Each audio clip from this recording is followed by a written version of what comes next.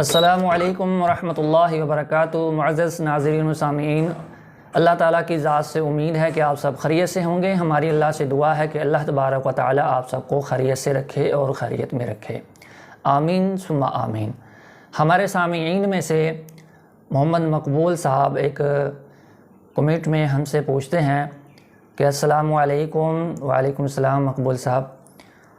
کہتے ہیں کہ قرآن پاک کا ایک ایک پاؤ آسانی سے صحیح پکا سبق جلدی یاد کرنے کا وظیفہ بتا دیں پلیز۔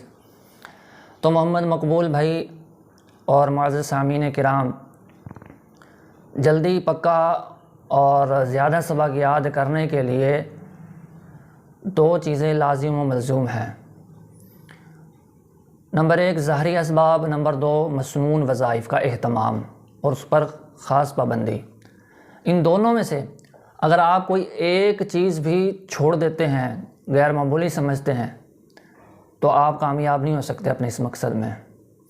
اگر آپ سمجھتے ہیں کہ میں ظاہری اسباب سارے کے سارے اختیار کروں گا، وظائف نہیں پڑھوں گا، تو کامیابی نہیں ہے۔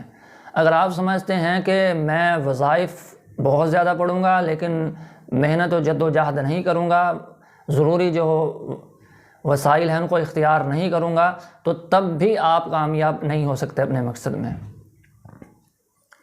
اپنے مقصد میں کامیاب ہونے کے لیے آپ کو ان دونوں چیزوں کو بیک وقت ساتھ ساتھ لے کر چلنا ہے۔ تو پہلی چیز ہے ظاہری اسباب۔ ظاہری اسباب کے اندر کیا کیا چیزیں شامل ہیں؟ تو یاد رکھیے، سب سے پہلے ظاہری اسباب میں آپ کے اخلاص کی اور محنت کی ضرورت ہے۔ اور محنت کے اندر دو تین باتیں ہیں جن کی میں آپ کو ٹپس دوں گا، چونکہ الحمدللہ اللہ تبارک تعالیٰ کی رحمت سے میں خود بھی ان مراحل سے گزرا ہوں۔ مجھے تقریباً کم و بیش 18-19 سال ہو چکے ہیں اس وقت اسی چیز کی تعلیم دیتے ہوئے۔ تو اس حوالے سے سب سے پہلی ٹپ جو آپ کے لیے وہ یہ ہے کہ آپ محنت کے ساتھ ساتھ سبق کو یاد کرنے کا جو صحیح وقت ہے اس کا انتخاب کریں۔ آپ سبق کا کچھ حصہ مغرب کی نماز کے بعد یاد کریں، اور عشاء کی نماز کے بعد آپ کوشش کریں کہ جلدی سوئیں اور سونے سے پہلے کے اذکار لازم پڑھ لیں۔ سونے کے اذکار پڑھنے کے بعد جو آپ نے مغرب کے بعد سبق یاد کیا تھا اس کو دل کے اندر آپ روائز کرتے رہیں۔ انشاءاللہ العزیز روائز کرتے کرتے آپ کو بہت پیاری اور میٹھی نیند آ جائے گی، اور جب صبح کو آپ اٹھیں گے تہجد کے ٹائم یا فجر کی نماز کے ٹائم، تو جو آپ نے رات یاد کیا ہوگا انشاءاللہ العزیز وہ آپ کے دل و دماغ کے اندر پختہ ہو چکا ہوگا۔ اور باقی کچھ سبق جو آپ کا تھوڑا بہت کچا تھا یا کچھ رہ گیا تھا، آپ اس کو فجر کی نماز کے بعد یا کوشش کریں اگر تہجد ٹائم اٹھ سکتے ہیں تو اس ٹائم میں کچھ تھوڑی سی اللہ تبارک تعالیٰ سے دعائیں کر کے اپنے الفاظوں میں اس وقت سبق کو یاد کریں۔ اور اس کے بعد سبق یاد کرنے کے وقت کے انتخاب کے ساتھ ساتھ سبق یاد کرنے کا جو صحیح طریقہ ہے پراپر، اس کو بھی آپ ضروری اپنے اوپر کر لیں۔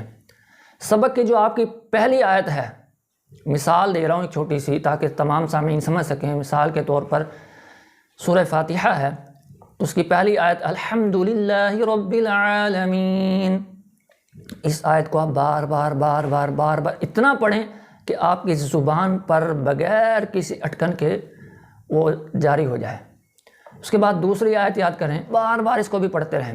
جب یہ بھی بالکل پکی یاد ہو جائے تو پھر پہلی اور دوسری دونوں آیاتوں کو ملا کر پڑھیں۔ اس طریقے سے آپ نے پورا سبق یاد کرنا ہے۔ پھر تیسری آیت کو بار بار پڑھیں گے، پھر تینوں ملا کے، پھر چوتھی آیت، پھر چاروں ملا کے۔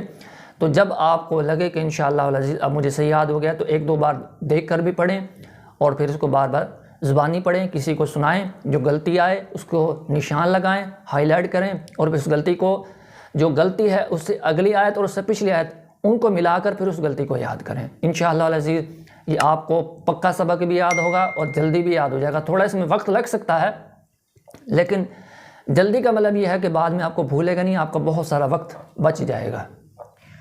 اور اس حوالے سے تیسری اور اہم بات، اپنے آپ کو فضول کاموں سے بالکل بچا کے رکھیں۔ آپ موبائل فون کا استعمال بہت کم کر دیں، انتہائی ضرورت کے تحت موبائل فون کا استعمال کر رہے ہیں، ورنہ موبائل فون کا استعمال چھوڑ دیں۔